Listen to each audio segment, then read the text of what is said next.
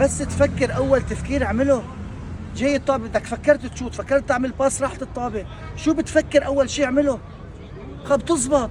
جلول عم تعمل تاكل انت قبل لا توصل الطابه، الطابه بتكون بميله، انت عم تعمل بميله، عم ضيعنا كثير قدام الجول.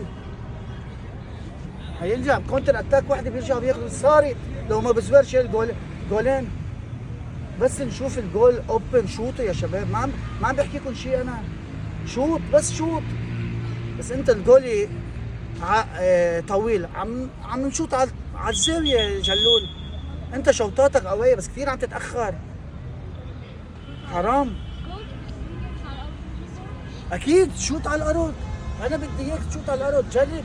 بعدين الجولي عم يمسك الطابه، دائما عم تفلت ريبون شباب، دائما بس يشوط حدا كف الطابه اكيد حتفلت. 10 مرات فلتت الطابه من الجولي، بس كفه.